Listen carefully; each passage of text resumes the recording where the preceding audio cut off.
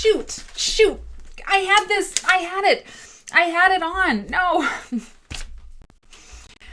Well, it's not foolproof, but it's usually pretty good. God. Hey everybody, listen, you got to give me credit. Let me get this quilt up on the screen. You have to give me credit. Or you have to forgive me because I did a gig earlier. I just got done with it an hour ago. So I've been on for a while. But let me get this. I got to get the quilt, the proper quilt up behind me so you can see that. So I had a gig today for the Canada Quilters in Canada at 2 p.m. Well, I went on at 3. It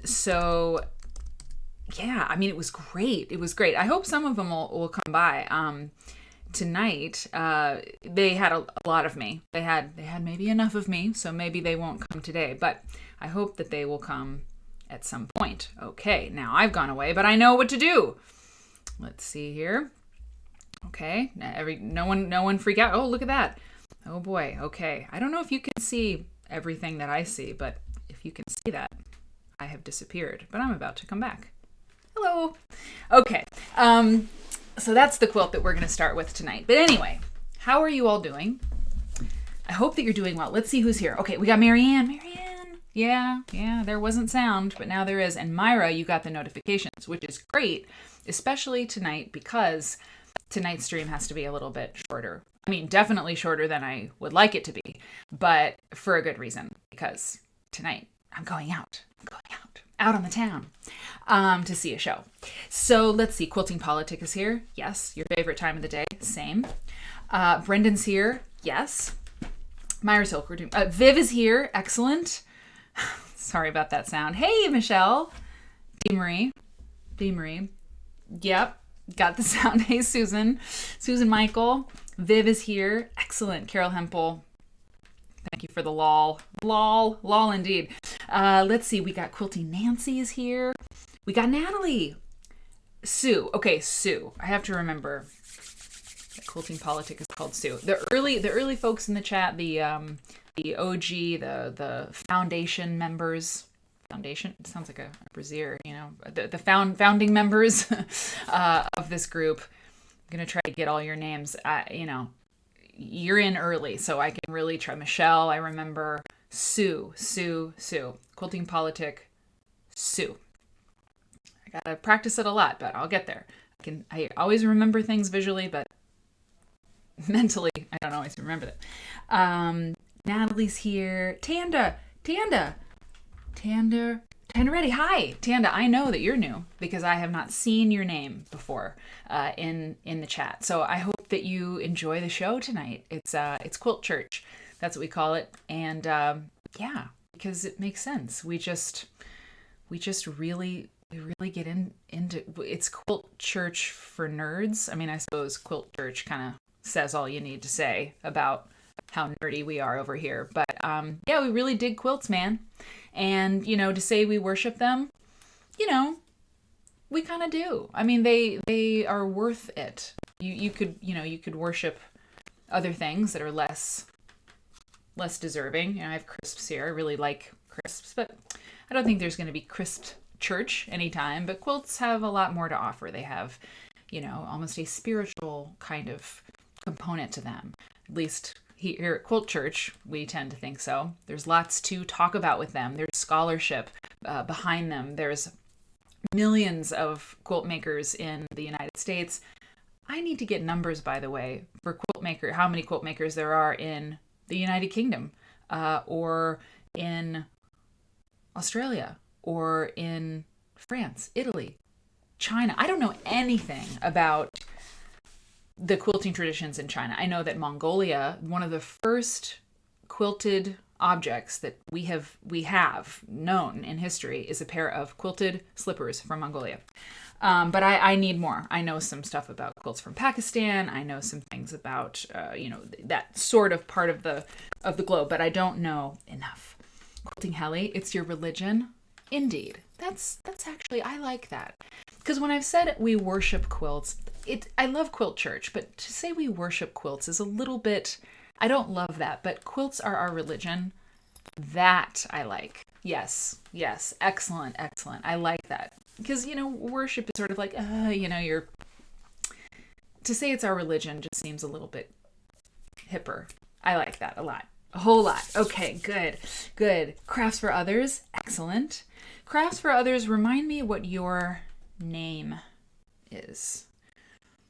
Because I want, there's a few people, your screen names are not your name at all. I can call Damarie, and Brendan, Carol, but who felt like sweets? Is Felt Like Sweets here?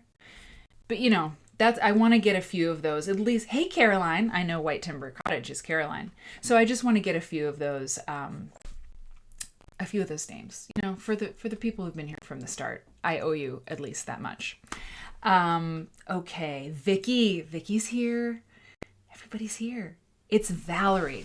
Okay, Valerie. I can remember that. My aunt's name is Valerie, and she does a lot for other people. She's a giving person, so maybe I can Valerie Crafts for Others. Okay, good. Yo, Mary Fons.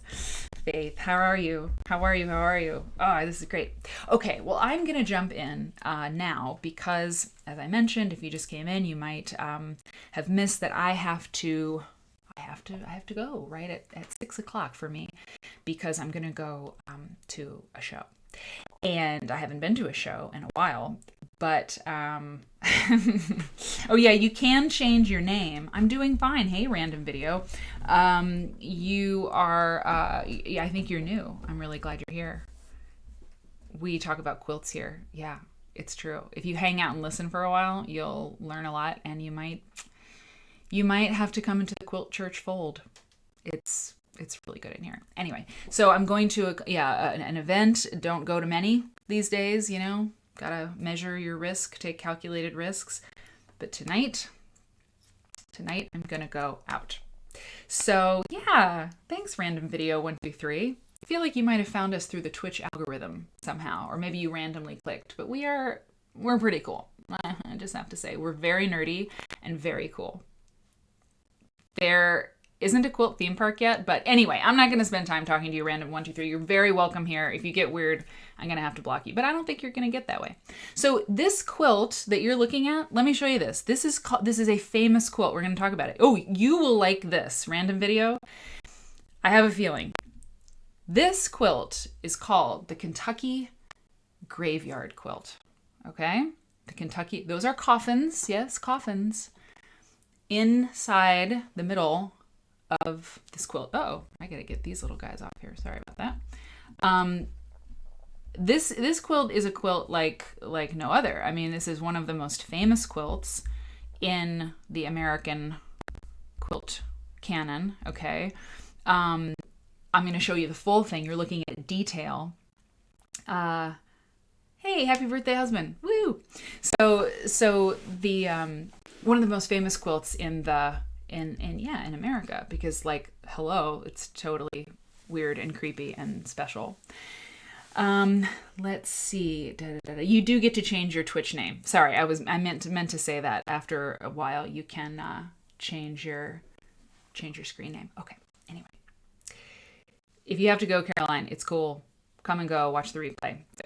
All right, so Kentucky Graveyard Quilt. What is this quilt? What is this about? I'm going to show you the full thing so you can see what it's all about. Okay, because you're looking at a detail. But let's just look at this detail for a second. I mean, those are coffins. Okay. I think that it's time to look at the whole thing. So let's check it out. Okay. I mean, obviously, so I picked this quilt tonight to start with because it's October. It's Halloween. This seems appropriately creepy for Halloween. So let me tell you about this. So I'm going to read to you from Quilt Folk's Kentucky issue. We did issue 12. Issue 12 was Kentucky, so we explored Kentucky quilts. We went to Kentucky. I was like, get me horses. I had my little like Anna Wintour moment, as editor a couple times when I was editor of Quilt Folk. Like when we went to, when we went to Kentucky, we were planning the issue and I was like, horses, I need horses, get me horses, And we did. We found a quilter who raised horses and we went to her horse ranch and I put a quilt on a horse. I should pull that picture up too. It was great. It was everything I wanted it to be. And then, when we went to Nevada, we were planning out the issue. And before the pitch meeting, I said, someone find me a showgirl. We need a showgirl, quilting showgirl. Meg Cox, the brilliant Meg Cox, found one. And so we did a story on a showgirl who makes quilts. Anyway, I digress. This quilt was featured in the Kentucky issue, and the people who wrote about it, we worked with AQS there for a little while. The American Quilt Study Group, AQSG. And this is what was written about it by one of those members of AQSG. Okay, it's short, but I'm going to read this to you. Okay? All right. Yeah, coffin quilts. Well, there aren't really coffin quilts. Here, let me just tell you this. Okay, so Julie Mayo Kemper wrote this piece about this quilt. The banter of the students visiting the Kentucky Historical Society ceases as they gather around the quilt. Without knowing this is the well-known graveyard quilt, they observe until finally someone says, "Are those coffins?" Some find the graveyard quilt creepy, but this muted, cemetery-themed quilt is a tangible piece of real life in the 19th century. The graveyard quilt, made by Elizabeth Roseberry Mitchell in the mid-1840s, this thing is old, y'all, is certainly unique. It features symbols of mourning customs, M-O-U-R-I-N-G, right?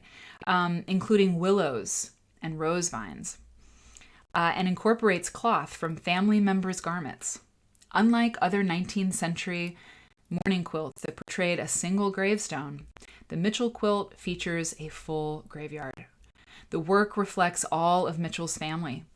What's more, the remarkable quilt does not represent a specific period of mourning, but was instead an evolving document of both life and death, at once a family tree, and a work of art. Elizabeth Mitchell moved from Pennsylvania to Ohio in 1834, then to Lewis County, Kentucky in 1840 with her husband, Shadrach, and their children. 2-year-old John had died in Ohio. Then in 1842, son Matthias died at age 19. This is when Elizabeth Mitchell started the quilt now in the Kentucky Historical Society collection, the quilt you're looking at, okay?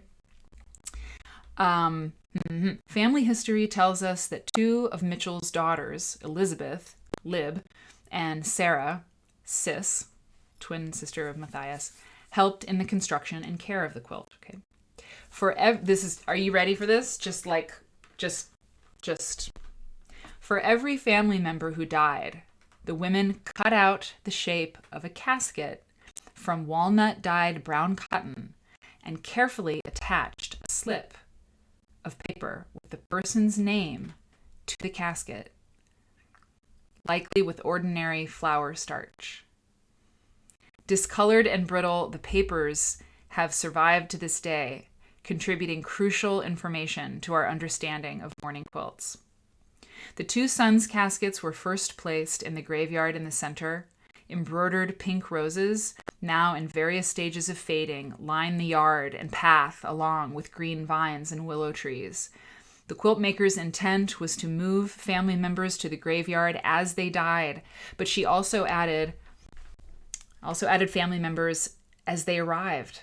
Oh, God. The upper edges of the quilt feature the names of Mitchell's children, the children's spouses, as well as their children, and blank spaces for new additions.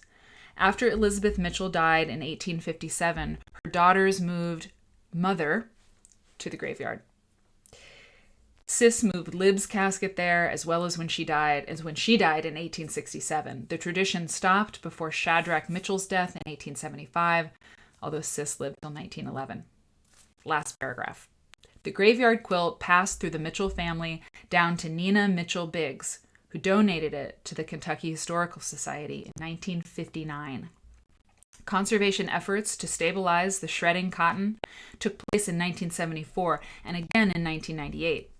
Due to its fragile condition, the quilt is put on exhibit for only 3 months at a time, with the long rest in climate-controlled artifact storage the rest of the year. Behind-the-scenes tours offer the public an intimate look at the quilt. Students gathered around the graveyard quilt connect to its messages of family, life, and loss. And that brilliant piece was written, wonderful, by Julie Mayo Kemper, a member of the American Quilt Study Group. Pretty cool, right? I know. I agree, Hallie. I don't know how the starch in the paper, paper can last a pretty long time, extraordinary and true. But the starch really is confounding, right? Yes, exactly, Dee Marie. What just makes me just marvel at this is the coffins moving, being ready, or representing a person in the family, and then being moved into the center. And so I spent all day working on my Bronte workshop slides, the Quilt Folk workshop that's this weekend. And you know what? I'm gonna give you a little factoid. Mr. Bronte, the dad, the curate at the parsonage, I realized today as I was getting birth and death dates for all the Bronte sisters, and so there were 6 kids altogether, okay? And there was dad and mom, okay? Mom had 6 kids. The first 2 girls that she had died by the age of 10 and 11. And then there was Charlotte, and then Branwell, and then Emily and Anne. They all died. Charlotte buried 3. She buried Branwell, Emily, and Anne in the space of 2 years. And she lived the longest. Charlotte lived the longest. She was 33.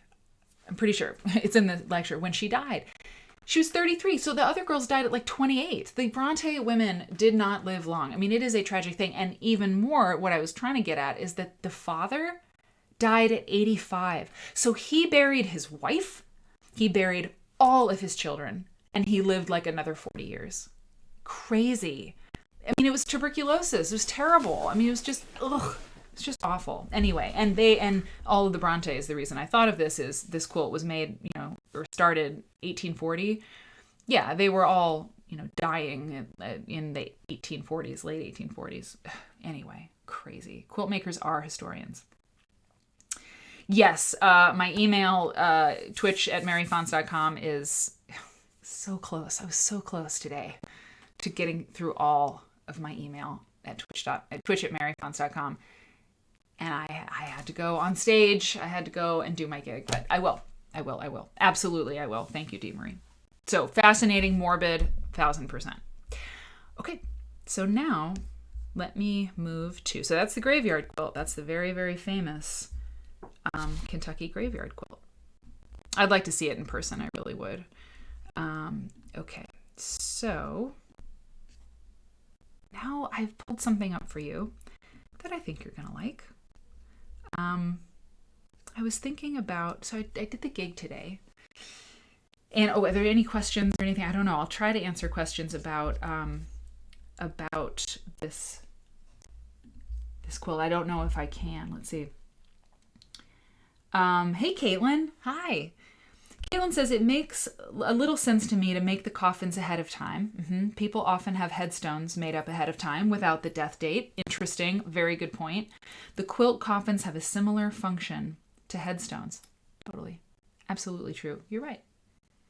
Very interesting. Quilting politic is Sue, by the way. Just practicing. And crafts for others is Valerie.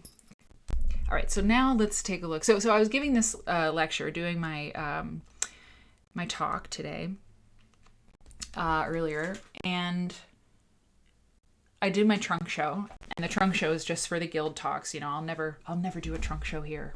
It's true. It's content that is saved for these gigs that I do that pay me, and it's important that I don't give it all away, right, for free, obviously. Why buy the cow?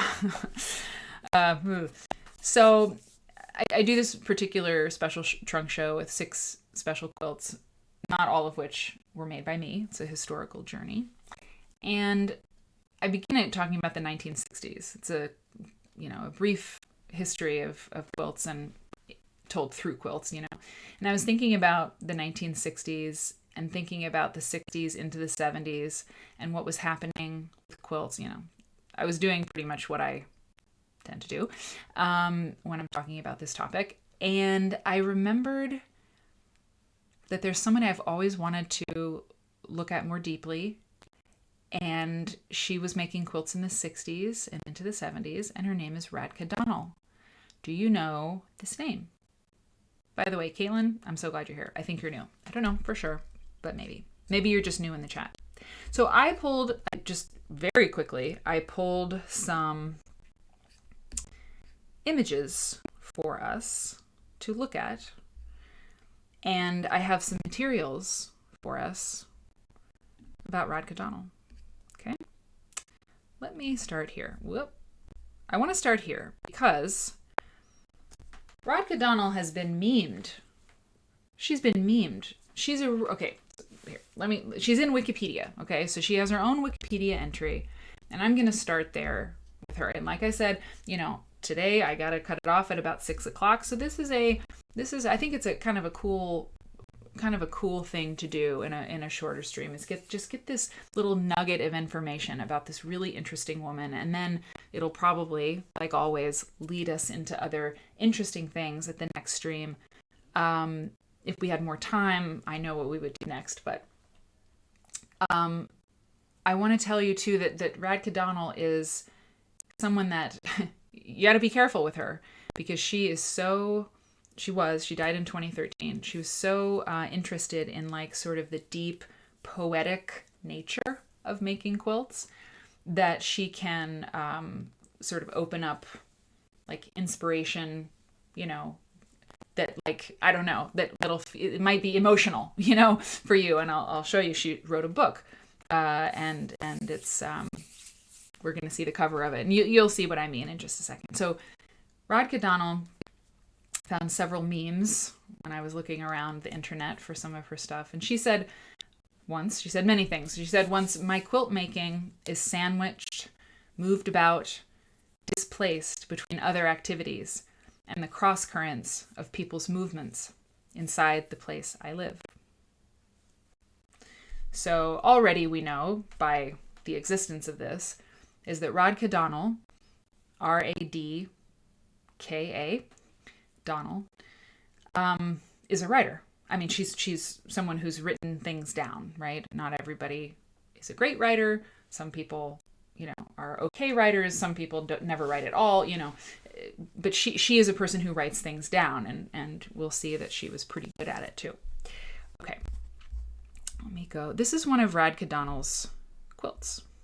Okay, now I'm going to read to you while we look at these images. Radka Donnell was born in Bulgaria in 1928. She was, and this is from Wikipedia. I have something else for you today, but this is the beginning of it. Radka Donnell was a feminist, a painter, an art therapist, a poet, a translator, and a storyteller, and a pioneer of modern quilt making. Interesting. They're not using modern in this Wikipedia entry, probably the way we know it now, but, oh, sorry, I can't see the chat. 1 second. Okay. Oh, good. Oh, I'm so glad. Thanks, Viv. Okay. Radka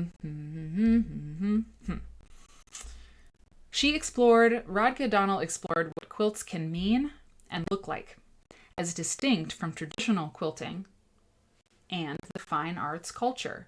So this person is existing in between that space of traditional quilts or quilts as art. Radka Donnell is saying, and this is interesting because I told you, I pull this stuff up for this show that I want to know more about. I know about the Kentucky graveyard quilt, but I learned stuff just now reading it with you. Radka Donnell, this is a good example of, I know about her. I could picture her quilts if I think about her for sure.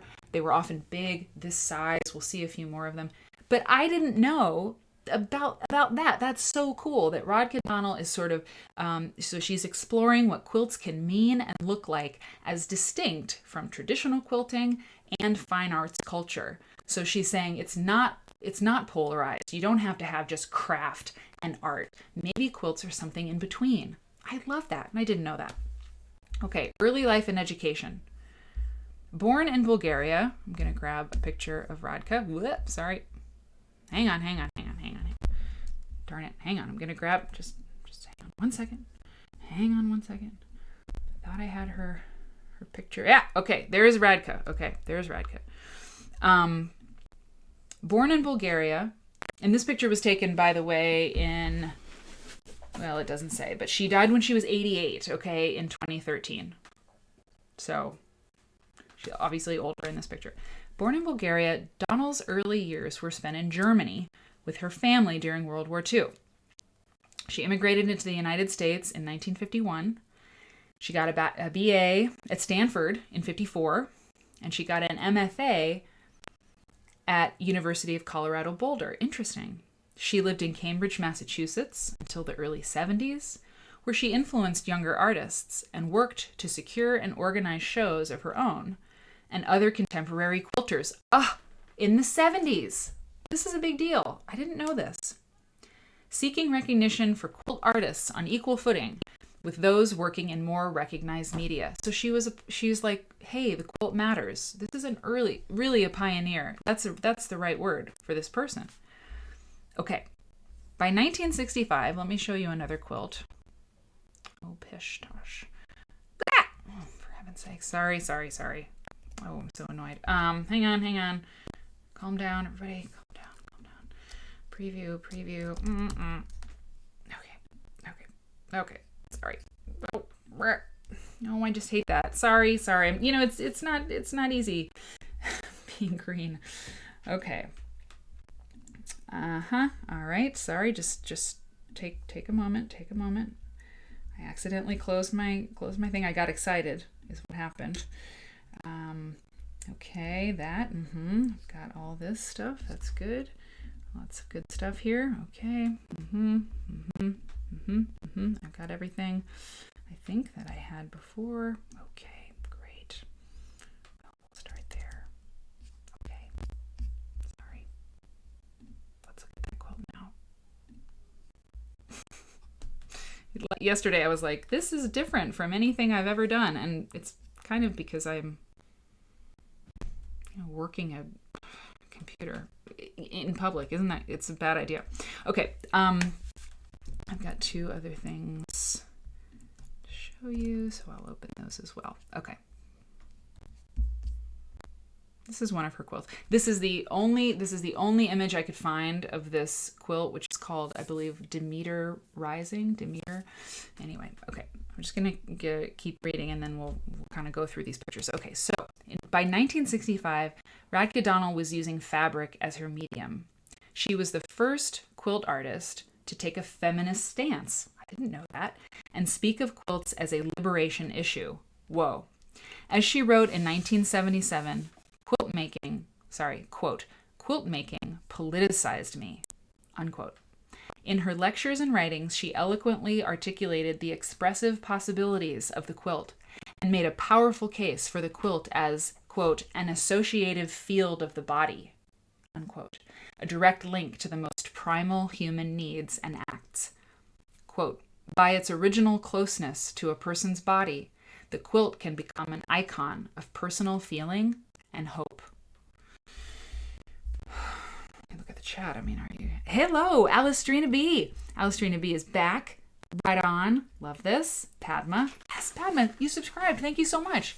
That is awesome. I hope if you're not subscribed, you'll consider subscribing, support the work I do, and you don't have to ever watch ads. That's pretty great. Okay. This is very cool. I've never read the Wikipedia entry for Radka Donnell. I never have. She was one of the first to employ machine quilting for speed and sturdiness. She employed other professional quilters to assure The quilts would stand up to hard use and repeated washings. She created over 700 quilts in her lifetime, both hand and machine quilted. Although she always intended her quilts to be functional, her designs broke with tradition in many ways, and they remain unique today.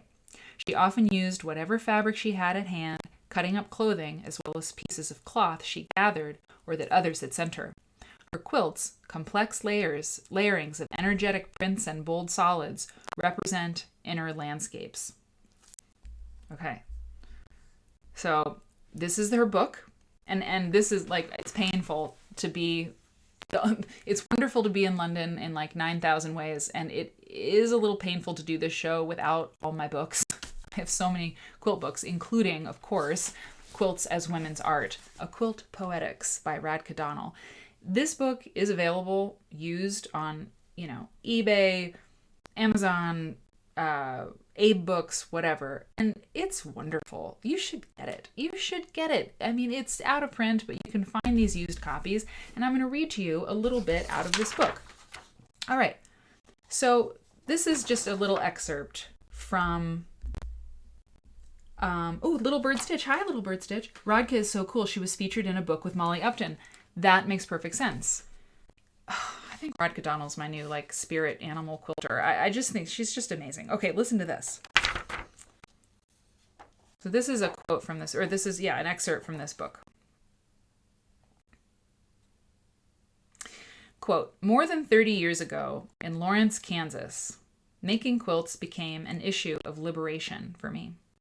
Thinking and talking about quilts, learning about their special nature as everyday objects in our lives and as women's art, have ever since been a context for my search for the neglected part of myself and for a better human climate altogether. In my work in cloth, I not only work out of my longing for a more perfect contact and union with other persons, but also strive to express universal human fears of oppression and death. Making quilts has become for me a struggle to secure a social space which is inviolable, fecund, and hospitable to a sense of self and of the human community nourished by the spirit of the goddess. A new consciousness protective of what is left of nature on this planet.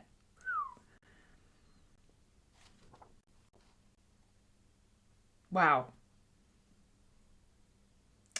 Quote, I stepped out of the art scene when I began doing my quilts. I have stayed with quilt making because it helped me to find wholeness and to be open to enjoy, advise, and validate the creativity of other women. I mean, that's pretty cool. So that's from this book. Let me show you some other quilts here. They were so loaded up so well. Here's another meme. This is a meme I found, okay? And by the way, if you're just coming in, you should watch the replay because we talk about this creepy quilt behind my screen here. It's about graveyards. Okay, so she says, I work out of silence because silence makes up for my actual lack of working space. Silence substitutes for actual space, for psychological distance, for a sense of privacy and intactness. In this sense, silence is absolutely necessary. It's interesting because when I was in the apartment before, and it was so terrible. It was so terrible. And the thing that was it was small, and the block was, the drug traffic was crazy, really like drug addicts right outside, half dead, right? And that was terrible, and it was small, and it was so bad. We rented it without seeing it, because we were coming. It was during COVID. We thought it was fine, but it was terrible. But what the worst part of it was the noise from the neighbors downstairs and the sounds from the street. There was thunking over and over and over again. It would not stop, and just the family below us was really, they were really loud in a very specific way. And I just about lost, I did one time. I felt almost hysterically upset. It wouldn't stop, the noises. And so when this hits me hard, You know, in this sense, silence is absolutely necessary. I didn't have space. I didn't really feel safe. But if it had been quiet when I closed the door, I think I could have made it work for 2 more months, but I couldn't. It's very interesting. Let me show you another quilt of hers that I have here for you. That's called Summer Rain. Sorry, I'll go. I think we might have seen this one. You know what I realized too, by the way? So I have this fancy little tool, my little Stream Deck tool. Some of you know about this. This is like, wow, I must be like a real Twitcher. It's the kind of thing you have if you have, 1 million followers on Twitch, because it's like a program board thing. But I realized, this thing that I do when I go up here and I go to full screen or something, I can program this thing so that I can just hit a button and it goes full screen. So, I can play Dusty Springfield on it, and I do sometimes. But I can program it to do what I need it to do, which is like open a full screen. Anyway, just letting you know. It's all very exciting. So here's one more quilt for you. Okay, there. So I'll just say a couple other things. Here's another quote from Radka Donnell. She says, quote, "Quilts are to mainstream art what poetry is to prose." Very interesting. Very, very interesting. Yeah. Hey, exactly, Helly. I am, yes, an HSP. I identify with your husband for sure. A highly sensitive person. It's a thing. I am one. Your husband's one. Thank you for being sensitive to our needs. It is really true. So inspiring, right, Little Bird Stitch? So, okay, here's this other thing. Okay, I gotta read you this. This is a poem by Radka Donnell. So, okay, we're gonna meditate on this particular piece. It's called Crossover. Okay, here is. I've only got just under about 15 minutes until I have to go. So a poem will be a nice, so I don't rush and I can just take my time. Okay. The body of the quilt is the work of coming to like in yourself what was only adored or ignored by your mother or other objects of your love or your lovers. The body of the quilt is the work of coming to like the work of another woman and the passing through of all rejection and neglect by another woman or man. The body of the quilt is the work of coming to like yourself as a little old lady and as an old little girl and a new little sister. The body of the quilt is the work of going over all your mistakes and lost dreams, liking yourself all the way, all over, inside and out, and all around the whole border, not knowing where to start and not knowing where to stop. The body of the quilt is the work, repeating all your moves and liking the fact that you did all the moving. The body of the quilt is the endless search, your endless search, but as your companion as you go through the motions of work, as you work your way by focusing, waiting, turning, twisting, aligning, matching, fitting, pulling in the far away, visiting with the absent, drawing out the ineffable, amplifying the vestigial, leaving well enough alone, enduring the unendurable, practicing readiness for the other, learning the lesson late and liking yourself for forgetting it again, and you're finally looking up and seeing the body of your quilt behind your cat, behind your potted plants, up to your neck, coming out of your ears. And before the body of your quilt, you see the people you want to see the body of your quilt, and they like it more than anyone ever liked your body and said so. And you know now it does not matter whether you did, because you've come to like yourself even more than the body of the quilt. And you can look at it and like it by yourself. Oh. Wow.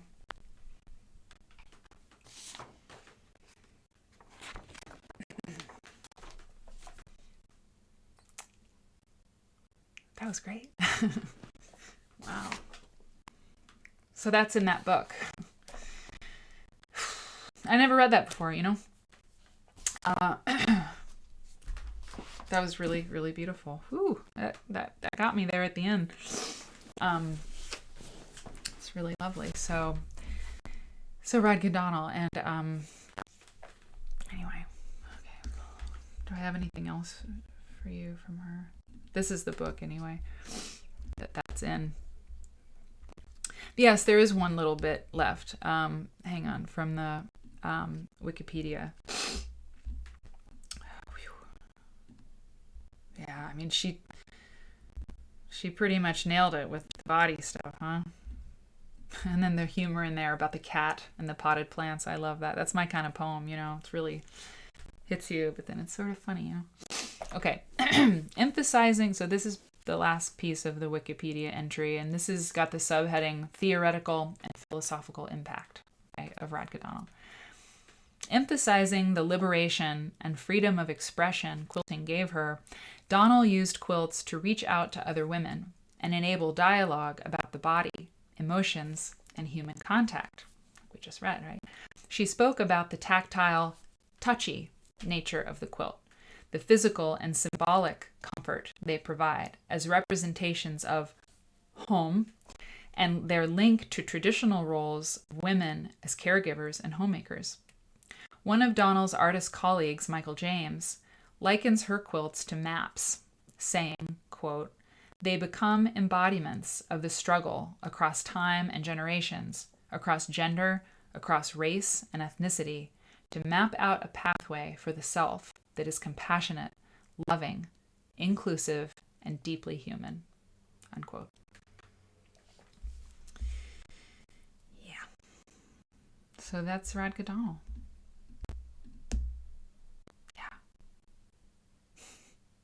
No cats here, I know. I don't have cats either. But anyway, Alistrina B. Yeah, I don't have cats. I don't have cats. Yeah, and you know what, Natalie? While we were reading that, I mean, you know, in that last bit of Wikipedia, you know, theoretical and philosophical, what, impact? It's like, this is what I mean. I mean, you know, if I'm sort of nerdy and sort of like gaga, right? Like with the quilt thing. I mean, it's really deep. Like it's not just like, I love making quilts. I just want to make all the quilts ever, like all the time. Oh, that's pretty. That's pretty. And that's, if I was that way, it would be fine. And anybody who, you know, was like, oh wow, she's really into quilts, you know, yeah. But wait, you know, if you have a Wikipedia entry about a woman who wrote a book and had poetry like that, and like, this is the book, and women have, like, their lives have changed when they read Radka Donnell. I was reading a woman's blog post earlier who said, I started quilting at 40 because of this book.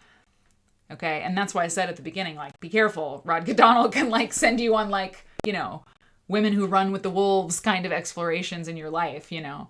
But, like, so there's this person who quilts were at the center of her life, and she wrote books and poems, helped people, like, find themselves, exhibited in galleries, you know, she was this, like, force of nature. And in her Wikipedia entry, there's a subheading that talks about the philosophical and theoretical impact of her quilts. So, like, when you say, you know, you're a quilt nerd, you can genuinely be nerdy about this stuff because there's just that much there. And, you know, I don't know, like, not everybody's going to love Quilt Church, right? Even quilt people might not. But why wouldn't they? but this, I mean, this video magazine, and I forgot to tell the people today at the Guild that that's kind of what it is. But, like, this video magazine could only exist if we had just this much to talk about, you know? And we do. So that's pretty awesome. Anyway. So Caitlin says, that's fantastic. As you were reading, I requested the book from a nearby library. Yes, I'm interested to read more. It's not a long book, and it's a wonderful size. It's this wonderful sort of long size. It's just great. Quilting is life. Absolutely. Yes, yes, yes. It gave me goosebumps too. It was just wonderful. She needs to be on the list of feminist writers. I agree. I mean, and defining oneself as a feminist or not, like I won't go there. It's so personal, and different people have different understandings of that word. But I read that poem and we read about her life, and it's like, well, yeah, of course, that's a very good word for her. Of course. And it doesn't matter second wave, third wave, whatever. Who cares about the particulars? I mean, obviously she was a champion of women and them finding themselves, right? And quilts were the vehicle for her own journey, and then for other women. So like feminists, clearly yes, and it's beautiful. It's just beautiful. Okay. I honestly, can we get better than that in 10 minutes to close out tonight's the briefest ever Quilt Church meeting? I don't think that we can. I don't think that that I can whip up something or think of something. Oh, this makes me think of that. We have less than 8 minutes, basically to be together. So in the time left, like, anybody want to, chime in and say anything? Good, Susan. I'm so glad you got it. Hey, Bip, it's a short show, but you got to watch the replay. This thing was small but mighty. Valerie says, I used to quilt quite a bit, but then after my husband passed 3 years ago, I lost the desire to quilt until the last 3 months. I have restarted. Whoa.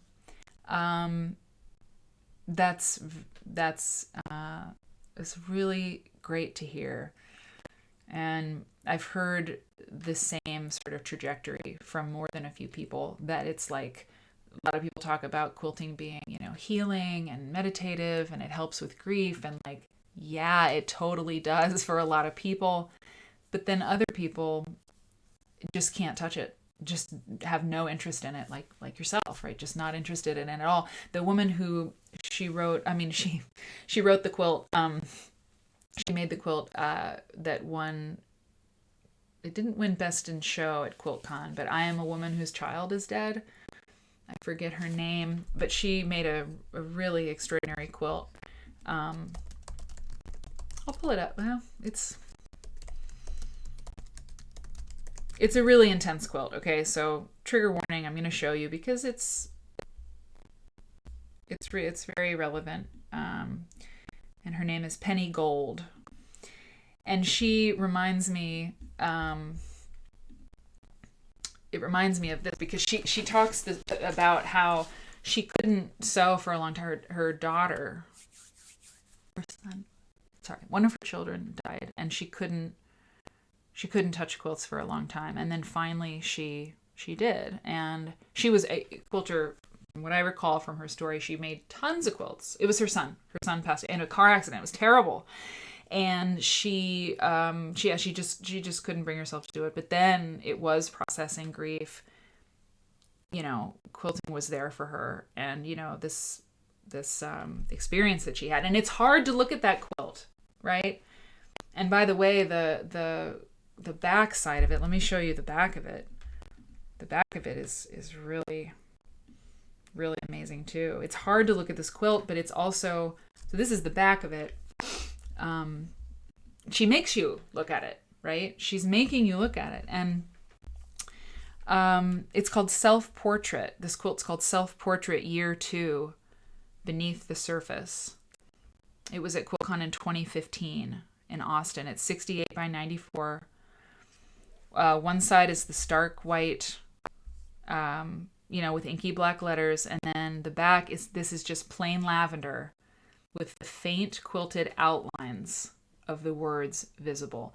This is the only picture I can find of it on the fly, but the quilting of I am a woman whose child is dead, you can see through on the back. So, yeah, I mean, a lot of people have that experience where that was her experience. She just couldn't quilt for a long time, and then she was able to. Anyway, yeah. Valerie says it has helped a lot. Your husband's death was unexpected, and I didn't imagine I would be a widow in my late 30s. Wow. Wow, I'm sorry for your loss as well. Vicky, I agree. It was a perfect way around to the beginning, right? With this graveyard quilt. Yep, absolutely true. Sue, I'm sorry. And with this loss and these quilts about death, I mean, what could be better than Radka Donnell? She's sort of like a spirit guide, honestly. I mean, she's talking about that deep stuff and for women. And I know Brendan's in the chat, and we have men and women obviously who quilt, and men and women who come to the show. But in particular, Radka really, I mean, that poem really spoke to me. The body of the quilt, amazing. Okay, so Radka is gonna help us leave on an up note. I am so glad. Christmas. Yeah. Okay. Good. Chores lose out, man. Anyway, y'all are amazing. Thank you for coming. I'll be seeing you Saturday, at 4 p.m. Central. Oh, is that true? No, I'm not. I did the extra stream last night on Wednesday because I can't see you on Saturday. It's not on the schedule because the Bronte workshop. So the Bronte workshop is this weekend, so I won't see you Saturday. I don't like that. Do I have to stream tomorrow? I don't know. I can't promise that. But I'll see you soon. Follow me. If you don't follow me on Instagram and Facebook, you got to do that. I gotta tell people that, but I hate it. Check the schedule. Follow me. Subscribe. Throw some clams my way if you want. And I'll see you real soon. Tuesday, if not before. Okay.